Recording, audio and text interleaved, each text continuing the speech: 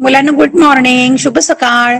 Video lecture record होत आहे, त्यामुळे युट्यूबवर जाऊन तुम्ही केव्हाही पाहू शकता.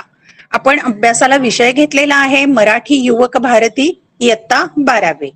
यामधील आपण गद्यपाठ अभ्यासाला घेतलाय 5वा वीरांना सलामी.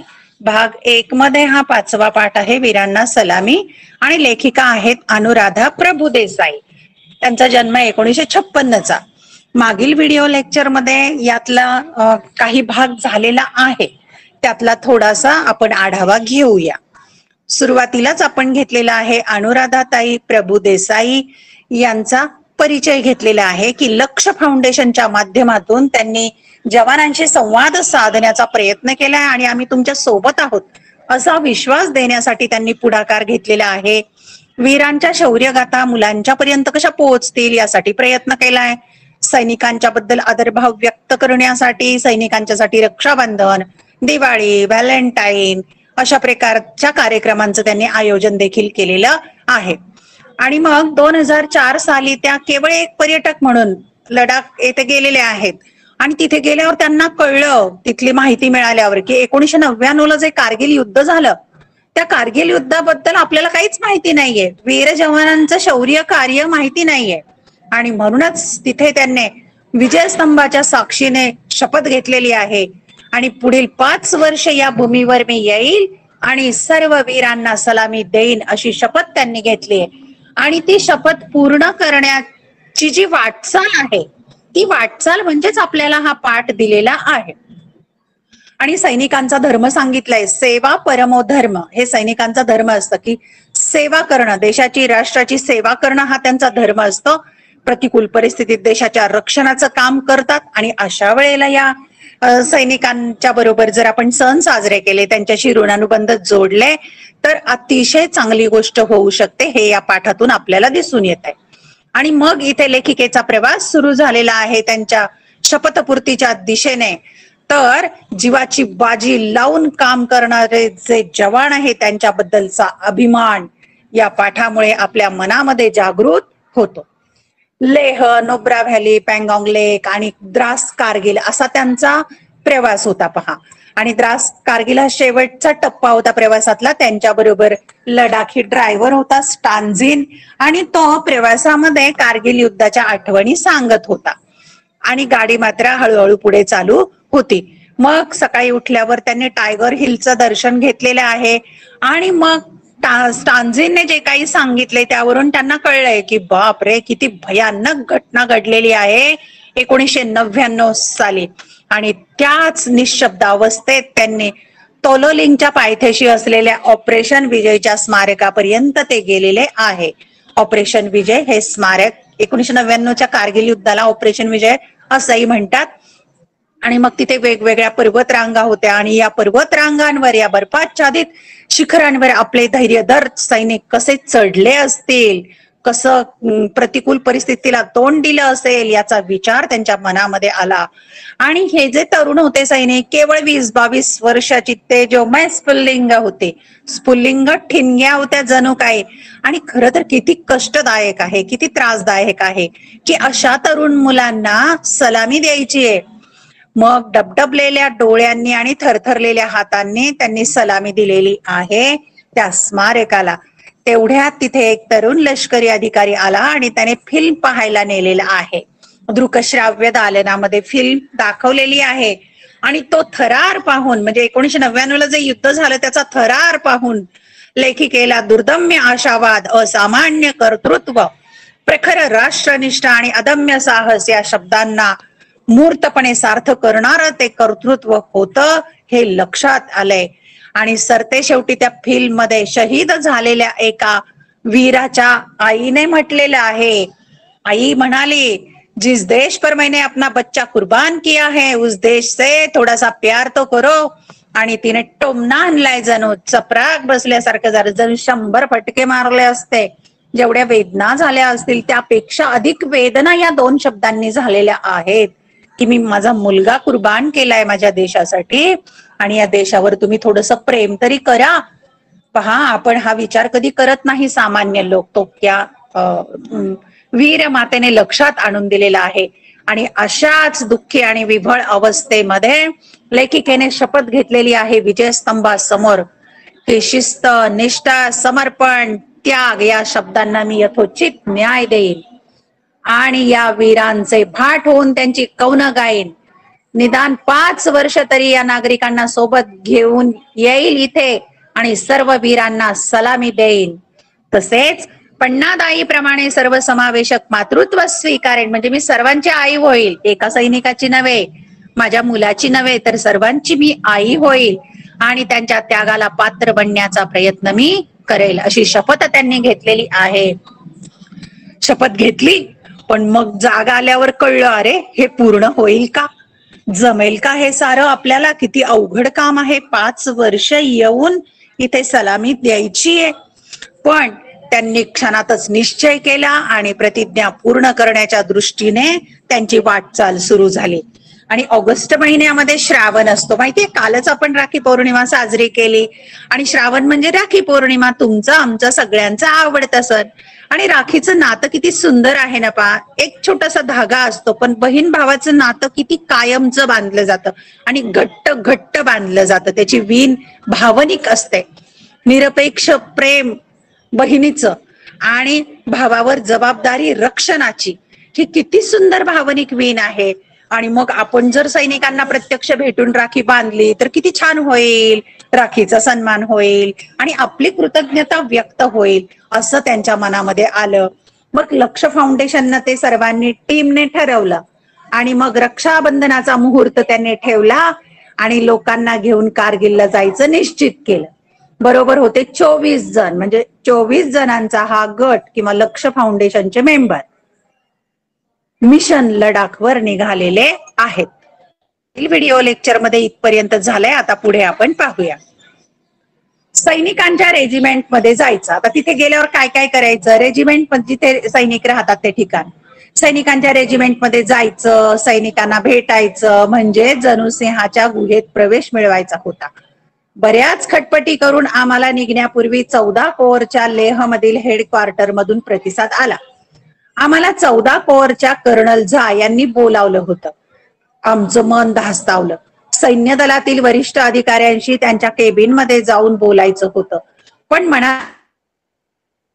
एक प्रश्नांची भेंडोळी कर्नल झा यांच्या प्रसन्न व्यक्तिमत्वापुढे बाद झाली.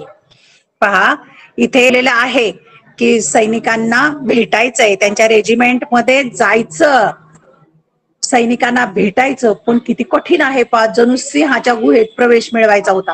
आर्मीच्या एरियामध्ये जाणं इतकं सोपं नाहीये, पूर्व परवानगी शिवाय तिथे जाता पण येत नाही.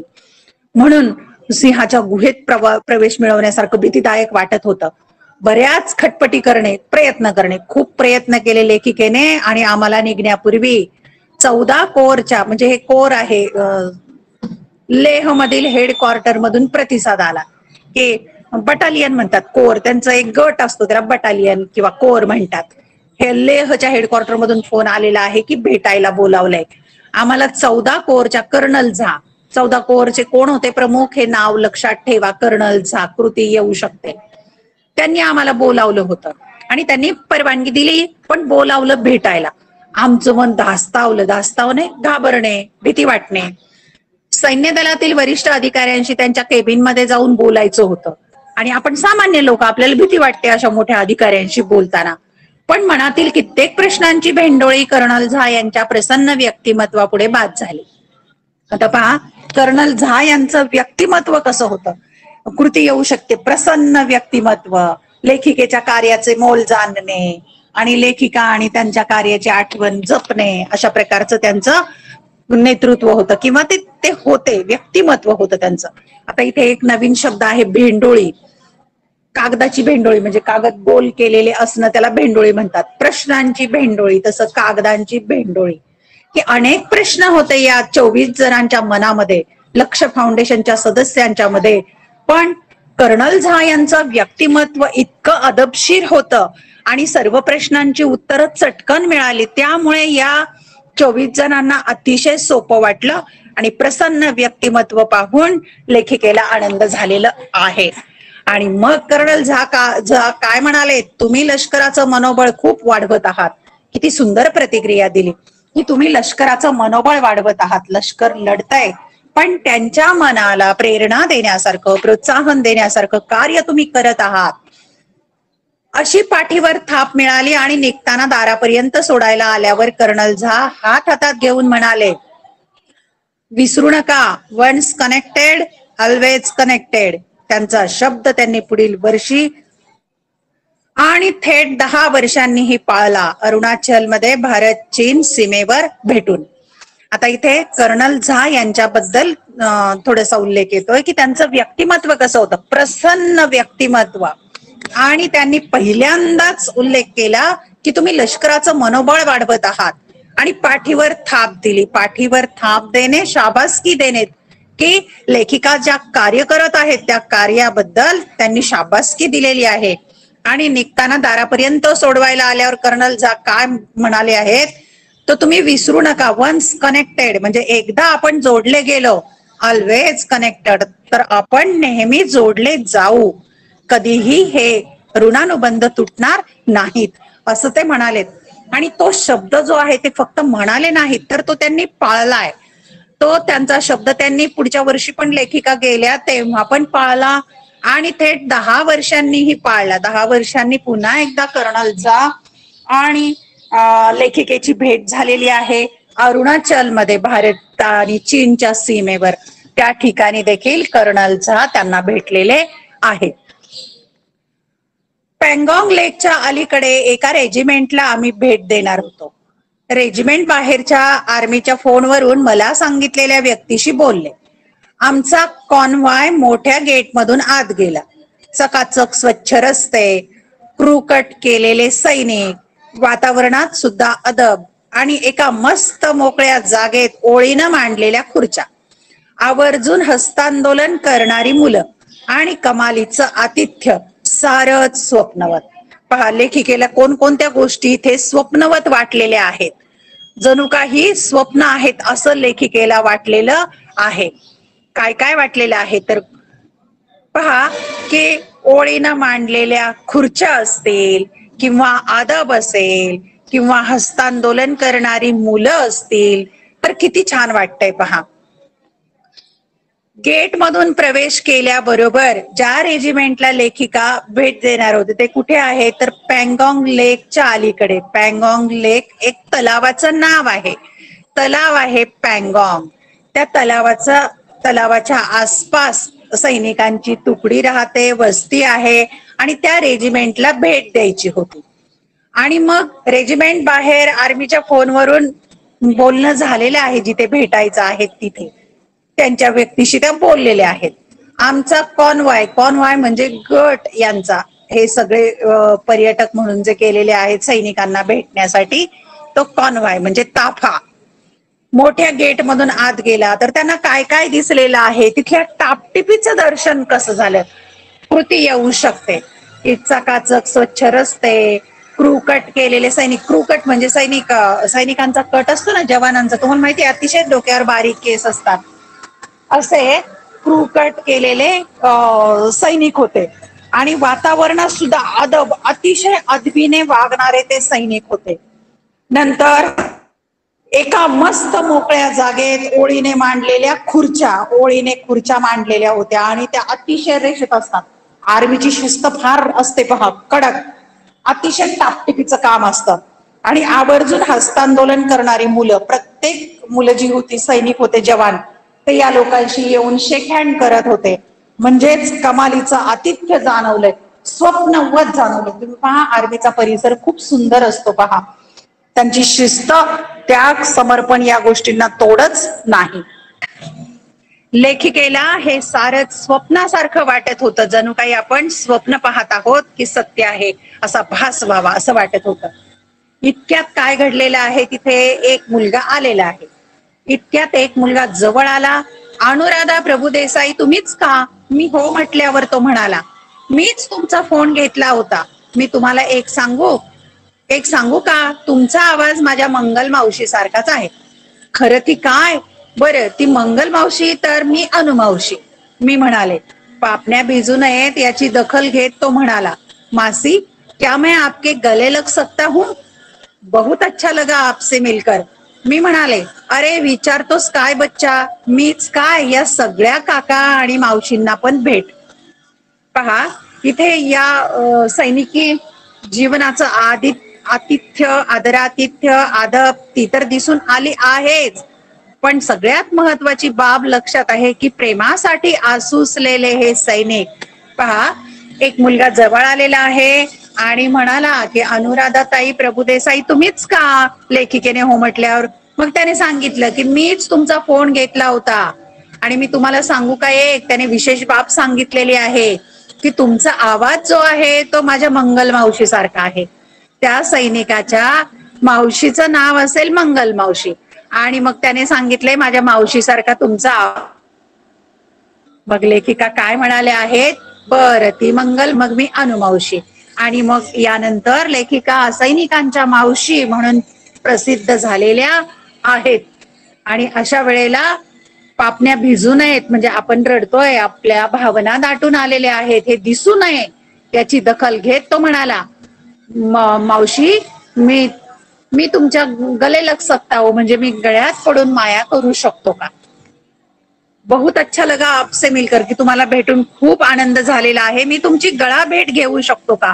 आणि मग लेखिका म्हणाल्या, अरे बच्चा विचारतोस काय, माझी तर गळा भेट घेच, पण या बाकीच्या काका आणि मावशींना सुद्धा तू भेट. अशा प्रकारे एक हृदयद्रावक असा प्रसंग इथे दिसून येतोय.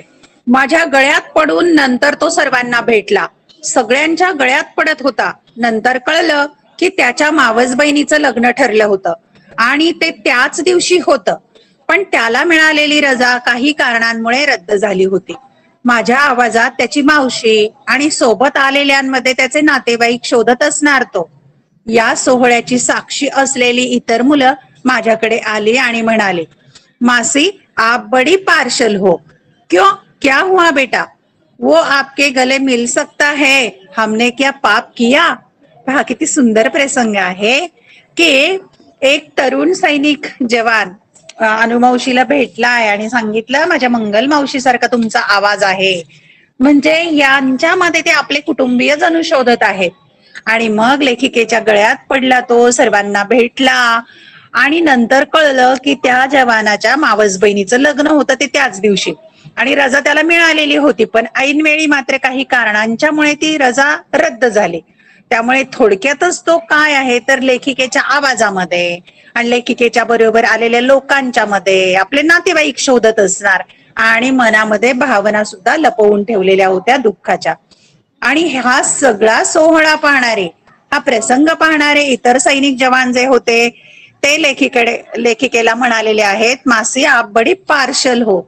पार्शल याचा अर्थ भेदभाव करणारे, की मावशी तू खूप भेदभाव करते. मग लेखिकेने विचारलंय का, मग त्याने सांगितलं की वो आपके गले मिल सकता है, तो तुमची गळा भेट घेऊ शकतो. मग आम्ही काही पाप केलं का. अशा वेळेला लेखिकेने काय सांगितलंय पहा, जवळजवळ अर्धा तास ती कॉम्बॅक्ट वर्दी विसरून सगळे जण आम्हाला भेटत होते. अजब सोहळा. कॉम्बॅट याचा अर्थ सैनिकी पोशाख, की जवळजवळ अर्धा तास हे सगळे तरुण सैनिक मुलं जे होते, वीर जवान, ते सगळ्यांना भेटत होते आणि हा खूप अजब असा एक वेगळा सोहळा होता. आम्ही नुसत्या भेटीतून मायेची पाखर घालत होतो, पण तो एवढासा भावनिक ओलावाही त्यांना उबदार वाटत होता. त्या सगळ्या खऱ्या त्रात्यांना राखी बांधून बाहेर पडलो. त्यांच्या हातात बांधलेल्या राखीच्या धाग्याच्या बंधनात आम्ही कायमचे गुरफटलो. बीज अंकुरत होते, धुमारे फुटायला थोडा अवधी लागणार होता. आणि मग लेखिकेची ही जी भेट झालेली आहे अतिशय सुंदर, जवळजवळ अर्धा तास हा भेटीचा सोहळा चाललेला होता.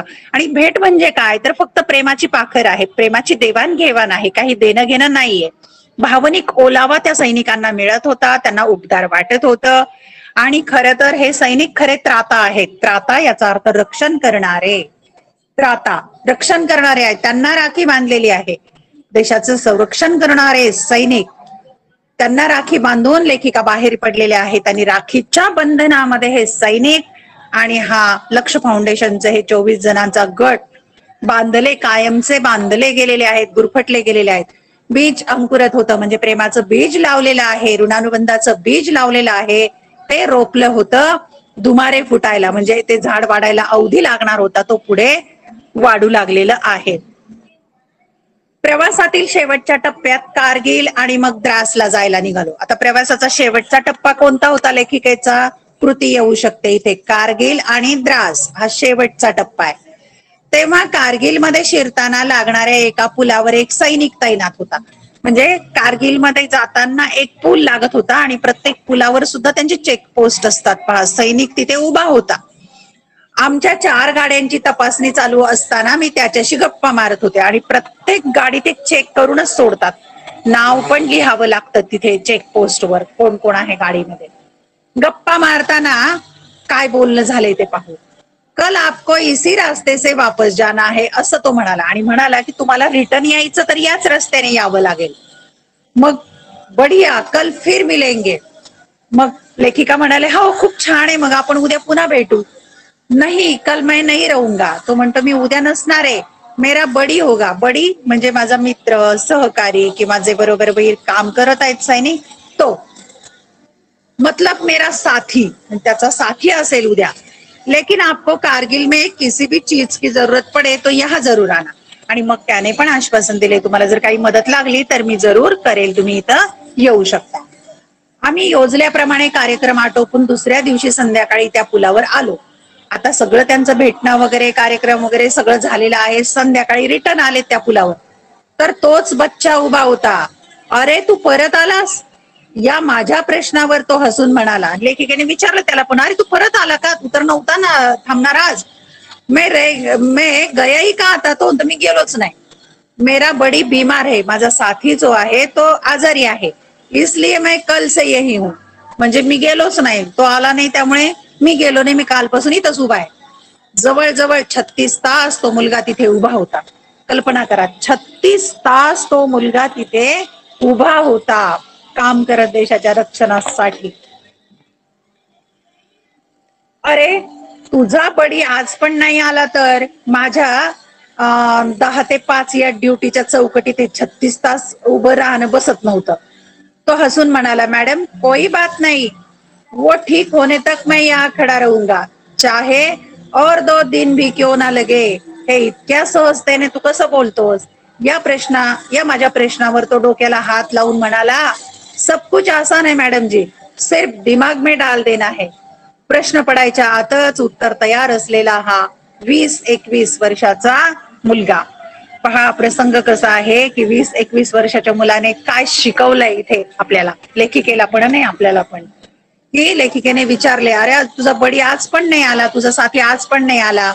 आणि हे का विचारलं तर आपल्याला काय माहिती, आज असं 11 ते 5 शाळा, 9 ते 5 ऑफिस, 11 ते 5 ऑफिस, याच्या व्यतिरिक्त ज्यादा काम करणं आपल्याला माहितीच नाही. आपली चौकट एवढीच की जेवढं काम 11 ते 5 मध्ये बसल, 10 ते 5 मध्ये बसल, तेवढंच करायचं. इथं 36 तास उभं राहणं ही कल्पनाच करू शकत नव्हती लेखिका. तो हसून म्हणाला, मॅडम कोई बात नाही. तो हसून सांगतोय की काही बात नाहीये, काही विशेष नाही यामध्ये. तो जोपर्यंत बरा होत नाही तोपर्यंत मी इथे राहील, अजून 2-4 दिवस लागले तरी काही हरकत नाही, मी इथे उभा राहू शकतो. मग लेखिकेने विचारलं, तू असं इतकं सहज कसं बोलतोस. आणि या प्रश्नावर त्याने डोक्याला हात लावला आणि तो म्हणाला, खूप सोपं आहे मॅडम, काय फक्त आपल्या डोक्यात टाकून द्यायचं, ते सिर्फ दिमाग में डाल देना है. म्हणजे आपल्या मेंदूत भरवायचं, आपल्या डोक्यात भरवायचं की हे काम मला करायचं आहे. आता हा प्रश्न जो आहे इथे आपल्याला कृती विचारलेली आहे. पहा, अभिव्यक्तीची किंवा स्वमत अभिव्यक्तीची कृती आहे. हा परिच्छेद महत्वाचा आहे. कारगिल मधील पुलावर पहारा करणाऱ्या सैनिकांच्या सिर्फ दिमाग में डालना है या उद्गारातील आशय तुमच्या जीवनात तुम्ही कसा अंमलात आणाल ते लिहा. मग तुम्ही तुमच्या जीवनामध्ये हा प्रसंग कसा अंमलात आणाल. जर त्या मुलाला 36 तास एकाच ठिकाणी उभं राहावं लागत आहे आणि तो न कुरकुरता हसतपणे ते काम करत आहे, अशा वेळेला यापासून तुम्ही काय धडा घ्याल की तुमचं विद्यार्थी जीवन जे आहे ते फक्त करिअर करण्याचं, अभ्यास करण्याचं आणि त्यातही काटछाट न करता ज्ञान घेण्याचं जे तुमचं काम आहे ते तुम्ही किती प्रामाणिकपणे करायला हवं. एवढं जरी तुम्ही यातून जर शिकलात तरीही या पाठाचा फायदा होईल. इथे एक वैकल्पिक द्वंद्व समासाचं उदाहरण आहे. 20-21 वैकल्पिक द्वंद्व समासाचा हा प्रकार आहे. 20 किंवा 21 असा समास होतो आणि हा परिच्छेद महत्वाचा आहे. कृती येऊ शकते स्वमत अभिव्यक्तीची. 2006चा लडाख हा नवच रूप लेऊन समोर आला होता. आता 2006 मध्ये गेलेले आहेत लेखिका, तेव्हाचा निसर्गाचं वर्णन करताय. आभाळच फाटलं होतं, कधीही न पडणारा पाऊस, प्रदेश ओलाचिंब झाला होता, बऱ्याच ठिकाणी नद्या सदृश्य पाणी वाहत होतं. तिथल्या लडाखी मुलांना हे सगळं अप्रूपच होतं. लेहला सुखरूप पोहोचलो, पण पुढील सगळे मार्ग बंदच होते. एकच मार्ग उघडा होता, कर्नल झा. त्यांना भेटल्याशिवाय जायचं नाही. दिमाग में डाल दिया था ना. बरोबर 5 वाजता दिमागदार वळण घेत कर्नल झा यांची गाडी प्रवेश करतीच झाली. पुन्हा एकदा कर्नल झा यांची भेट झालेली आहे 2006. आता इथे कृती पण येऊ शकते की 2006 साली लडाखचं रूप कसं होतं. एक नवीन रूप होतं. आभाळ फाटणे, खूप पाऊस होणे, खूप भरपूर पाऊस झालेला होता आणि कधीच एवढा पाऊस झालेला नव्हता. त्यामुळे सारा प्रदेश ओलाचिंब झालेला होता आणि बऱ्याच ठिकाणी पाणी नद्यांच्या सारखं वाहत होतं. आणि विशेष बाब अशी की तिथल्या लडाखी मुलांना हे सगळं अप्रूप होतं. अप्रूप वाटणे, नवल वाटणे, वाक्प्रचार नवीन वाटत होतं. अशाच प्रवासातून ते लेहला पोहोचलेले आहेत लेखिका. पुढील सगळे मार्ग बंदच होते. हे जे वाक्य आहे ते वाक्य जे होकारार्थीचं नकारार्थी करा, नकारार्थीचं होकारार्थी करा, विरुद्ध शब्द घेऊन त्यासाठी हे वाक्य आहे. पुढील सगळे मार्ग बंदच होते, पुढील एकही मार्ग खुला नव्हता. बंद, खुला अशा प्रकारे बदल करता येऊ शकतो. आणि एकच मार्ग उघडा होता, कोणता? तर कर्नल झा त्यांना अशा वेळी मदत करू शकतात. आणि त्यांना आठवलं त्या तरुणाने सांगितलेलं, वीर तरुणाने सांगितलं, जवानाने सांगितलेलं, दिमाग में डाल दिया था ना, की हे ठरवलंच आहे ना, ते काम करायचंच. अशा विचारामध्ये कर्नल झा आलेले आहेत. आम्ही आलो आहोत हा निरोप पाठवल्यानंतर त्यांनी अतिशय प्रेमाने आमचं स्वागत केलं. आमची अडचण समजून त्यांनी कुठले मार्ग खुले आहेत वगैरे चौकशी केली. निसर्गापुढे आपलं काहीच चालत नाही, उदास होऊ नका, आपके हौसले बुलंद है. कार्यक्रमात बदल करून आता आधी कारगिललाच जा. 2 दिवसांनी तुम्ही येईपर्यंत सगळे रस्ते मोकळे होतील, असे ते म्हणाले. हॉटेलवर पोहोचल्यावर आमचे उजळलेले चेहरे पाहून सगळ्यांच्या मनातील मळप दूर झालं. कर्नल झा यांच्या सूचनेप्रमाणे आम्ही आधी कारगिल, द्रास या ठिकाणाकडे निघालो. आणि अशा प्रतिकूल भौगोलिक परिस्थितीमध्ये, प्रतिकूल नैसर्गिक परिस्थितीमध्ये कर्नल झा यांनी मार्गदर्शन केलेलं आहे. कर्नल झा यांनी त्यांची भेट घेतली, त्यांचं स्वागत केलं. तुम्हाला कोणत्या अडीअडचणी आहेत, कोणते मार्ग बंद आहेत, कोणते मार्ग खुले आहेत, त्याची चौकशी केली, त्यांना मार्गदर्शन केलं आणि सांगितलं की हा निसर्ग आहे, निसर्गापुढे आपलं काही चालत नाही, तुम्ही काही उदास व्हायची गरज नाही, हौसले बुलंद आहे, की खूप मोठे आहेत, की तुमचा आशावाद, तुमची जिद्द, तुमची जिज्ञासा, तुमची विजिगीषू वृत्ती ही अतिशय प्रचंड आहे, बुलंद आहे, मोठी आहे. आणि मग तुम्ही काही माघारी फिरायचं नाहीये. फक्त एक लक्षात घ्या की 2 दिवसांनी कार्यक्रमात थोडा बदल करा, कार्यक्रमात बदल करा आणि आधी सरळ कारगिलला जायचं आणि नंतर बाकीचे रस्ते आपोआप मोकळे होणार आहेत. त्यानंतर तुम्ही मग द्रासला जाऊ शकता, असे ते सांगितले. आणि मग हे पाहून लेखिका आणि सगळ्यांच्या मनातील मळप दूर झालेला आहे. मळप दूर होणे याचा अर्थ आहे मनातील चिंता किंवा दुःख दूर होणे. हा वाक्प्रचार परीक्षेला येतो. आणि कर्नल झा यांच्या सूचनेप्रमाणे मग लेखिका आधी कारगिल आणि द्रास या ठिकाणांच्याकडे जायला निघालेल्या आहेत. कारगिल, द्रास येथील विजयस्तंभ. तर हा विजयस्तंभ कुठे आहे? कारगिल आणि द्रास सुरुवातीच्याच परिच्छेदात आले. Tololing, three people, Batra top, tiger hill आता अगदी परिचयाची वाटू लागली. कारण लेखिकेच्या 5 भेटी होत्या ना, 5 वर्ष त्या गेल्या त्या ठिकाणी, त्यामुळे जणू काही सगळी ओळख झालेली होती त्या सर्व शिखरांची. तेथील सैनिकांना भेटून झाल्यानंतर जड अंतःकरणानं पुनरागमनायच म्हणत परतीच्या प्रवासाला निघालो. रात्रीचे 10 वाजले होते. आता तासाभरात लेहला पोहोचू. उद्या कुठं जायचं आहे याची आखणी सुरू झाली. अचानक गाडीला आणि आमच्या विचारांना करकचून ब्रेक लागला. आता पहा, लेखिका 5 वर्ष जाण्याची त्यांची प्रतिज्ञा आहे. 5 वर्ष जात आहेत, त्यामुळे त्यांचा परिचय झालेला आहे तिथल्या ठिकाणांशी. तिथली उंच उंच बर्फाच्छादित हिमशिखर, विजयस्तंभ असेल, तोलोलिंग असेल किंवा 3 people, Batra top, tiger hill अगदी परिचयाचे झाले. आणि तिथल्या सैनिकांच्याही भेटी बऱ्याच वेळेला झाल्या. पण सैनिकांची भेट घेताना पुनरागमनायच म्हणजे पुन्हा येणार आहोत आम्ही, पुनरा म्हणजे पुन्हा, आगमन पुन्हा आम्ही येणार आहोत असं म्हणत ते परतीच्या प्रवासाला निघालेले आहेत. आता वेळ झालेली आहे रात्रीची 10. 1 तासाभरात ते लेहला पोहोचणार होते. मग उद्या कुठं जायचं याची तयारी पण सुरू झालेली होती. पण अशा वेळेला अचानक प्रवासामध्ये अडथळा आलेला आहे आणि गाडी थांबलेली आहे करकचून ब्रेक लागून. थंडीमुळे चेहरे झाकलेले 3 जण टॉर्चच्या प्रकाशात भयान वातावरणाला अधिक गडद करत आम्हाला परत जायला सांगत होते. आणि चेहरे झाकलेले होते असे 3 तरुण असतील आणि टॉर्चचा प्रकाश होता. वातावरण गडद भयान झालेलं होतं. रात्रीचं 10 वाजलेला अंधारलेला. आणि अशा वेळेला ते लोक तिथून परत जायला सांगत होते. कारण पुढे खलसेचा पूल कोसळला होता. त्याचं कारण काय आहे? पुलाचं नाव आहे खलसे. हा पूलच तुटून गेलेला आहे, गाडी कशी जाणार? म्हणून ते परत जायला सांगत होते. तिथली परिस्थिती पहा कशी भयान होती. बाहेर मिट्ट काळोख, अनोळखी रस्ता, रस्ताही ओळखीचा नाही. सोबत 10 तरुण मुली आणि तरुण मुली सोबत आहेत. रस्ता बंद झालेला, माघारी जाणं अशक्य. माघारी ते काही जाऊ शकत नव्हते आणि पुढे जाणं दुरापास्त. दुरापास्त म्हणजे कठीण. मागेही जाऊ शकत नाही, पुढेही जाऊ शकत नाही. एकच आधार, आर्मी पोस्ट. मग ते कुठे थांबू शकतात? तर फक्त आर्मी पोस्ट वर. शेवटचा त्यांचा थांबण्याचा तो आधार होता, आर्मी पोस्ट.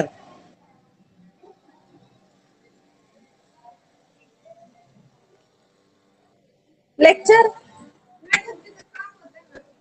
अच्छा, काय म्हणताय? बघ आता लेक्चर सोडून तुमच्याशी गप्पा मारायचा वेळ संपलाच आहे. एवढा परिच्छेद घेऊ का मग बोलू आपण? थांबते का 10 मिनिटं? बसा, तुम्हाला इथंच ऐकायला बसा. माझं इथंच लेक्चर ऐका. एवढं पूर्ण करते. पुढे केवळ 500 मीटरवर आर्मीचं ट्रॅफिक चेक पोस्ट म्हणजे त्याला TCP म्हणतात. ट्रॅफिक चेक पोस्ट TCP आहे असं त्या 3 जणांनी सांगितलं. भाई साहब, हमारे 34 लोगों का परिवार आपके हवाले करते हैं. सिर्फ TCP तक जाने की इजाजत दीजिए. अगर कुछ बात न बनी तो हम वापस आएंगे. आम्ही त्या तिघांसमोर सपशेल शरणागती पत्करली. गाडीतील प्रत्येकाच्या चेहऱ्यावरची भीती लपत नव्हती. आम्हीही धैर्याचा मुखवटाच चढवला होता. तुम्ही गाडीतच बसा, आम्ही आत्ताच येतो असे सांगून आम्ही गाडीतून खाली उतरलो.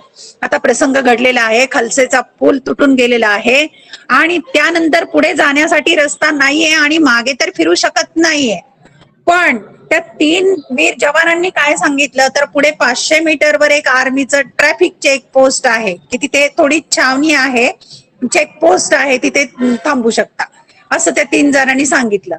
आणि मग तिथे सांगितलं की हे 34 लोक आहेत आणि हा परिवार मी तुमच्या ताब्यात देतोय आणि यांना TCP पर्यंत जाण्याची परवानगी द्या, इजाजत, परवानगी द्या.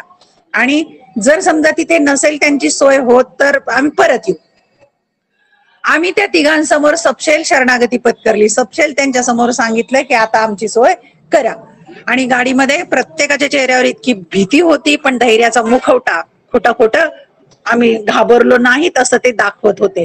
आणि मग बाकीच्यांना गाडीत बसवलेलं आहेत आणि लेखिका गाडीतून खाली उतरलेल्या आहेत. TCP वर पोहोचले. भीती आणि थंडीमुळे थरथरणाऱ्या आम्हाला गरम पाणी देऊन सैनिकांनी उबदार स्वागत केलं. तर सैनिकांनी तिथे कशा प्रकारे यांचं आतिथ्य केलेले आहे ते आपण पाहूया. इथे पण कृती विचारली जाते. रात्रीचे 10:30 वाजले होते. खूप खटपटीनंतर कर्नलला फोन लागला आणि समोरून आवाज आला, अरे कैसे हो आप? मी तुमच्याच फोनची वाट पाहत होतो. चिंता करू नका, माझा एक बंदा येईल, तुमची त्या युनिटमध्ये राहायची सोय होईल. उद्या मी संपर्क करतो.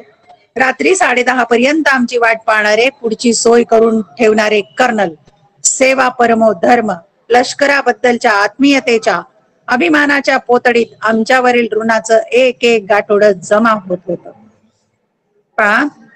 की इतकी कठीण नैसर्गिक परिस्थिती आलेली आहे. अशा परिस्थितीत उलट फिरून TCP वर, चेकपोस्ट वर गेलेले आहेत. तिथे स्वागत झालेलं आहे त्यांचं. गरम पाणी दिलेलं आहे, 10:30 वाजलेले आहेत. अशा वेळेला कर्नलचा फोन आलेला आहे आणि त्यांनी खूप चौकशी केली, यांची सगळी राहण्याची सोय केलेली आहे आणि उद्या मी तुमच्याशी बोलतो. आणि या प्रसंगावरून लेखिकेला कळलेला आहे सेवा परमो धर्म, की सेवा हाच सैनिकांचा धर्म आहे.